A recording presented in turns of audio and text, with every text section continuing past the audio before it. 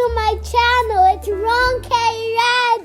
I've been on social media now for almost 12 years. I feel like I'm constantly getting reminded that I've been on social media for a long time, since I moved to Dallas, because I've been meeting new people and they've been like, oh my goodness, you Ron K, oh my gosh, like I didn't know you moved to Dallas. I think what's crazy is even though I've been online for this long, I didn't realize how my fear of being seen had nothing to do with how long I've been online, but it had a lot to do with how I viewed myself and the things I do. Growing up in Nigeria, there's a stigma around being different. Being different is never a good thing. Being different is always something that leads you to ostracization. And for me, I'd always felt different, but I tried my best to still stay in the lines of being kind of normal. I started out online always doing super creative looks. It started off slow because I am a visual artist. Like, if I was not doing makeup, I would be somebody who draws, and I still till today draw a lot.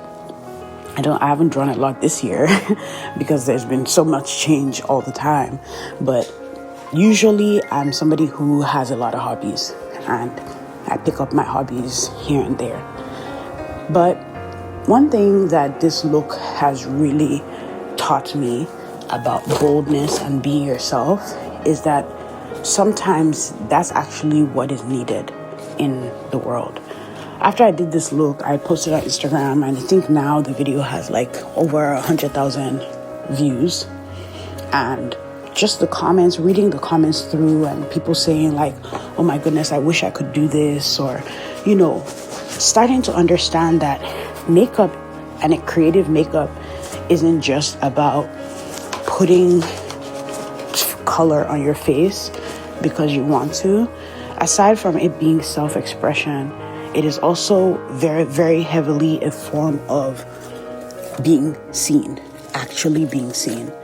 And I didn't realize how much I had been battling being seen until I started realizing that I shrunk myself.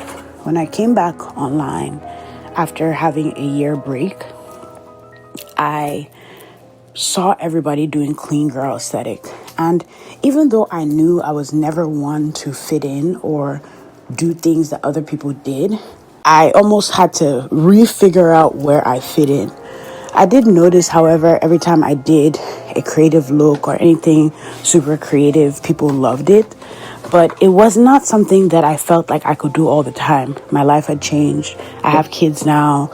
And most of the time, my life revolves around, you know, making food. I go out here and there. Maybe I'll go out with a friend here and there.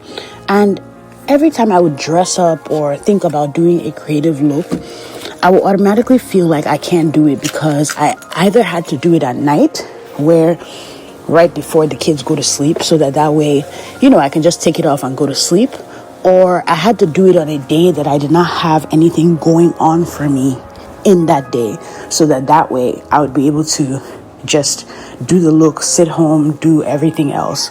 And I didn't realize how much that was limiting me and making me feel as though I could no longer do creative looks. Until I did this look.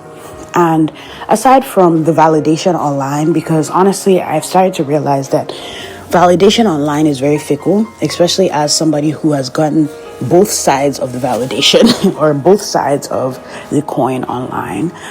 I don't really care about online validation anymore. However, it was nice to see people being super supportive of me doing something that was inherently me. I woke up, and this past week I've just been feeling very, not even like down in the dumps, but I've just been feeling very like I want to do something out of the norm. I have been getting bored a lot with social media. Like, even me just being on social media, watching people and get ready with me to do this or to, you know, I get bored. And social media was never like that. social media was always about individuality. Each person had the thing that you came to their page for. It was never this whole idea of everybody is the same. But I forgot in a way, because I saw everybody being the same, that I'd always been different. And it took me a while to embrace my difference. But going through so many things in life kind of helps, like, puts you back in that place. As you guys know, I lived with my parents for almost probably like a year before I moved to Dallas. And I think that one thing about living with people who already have known you is that they try to put you in a specific box and try to make it seem as though you need to do certain things a certain way.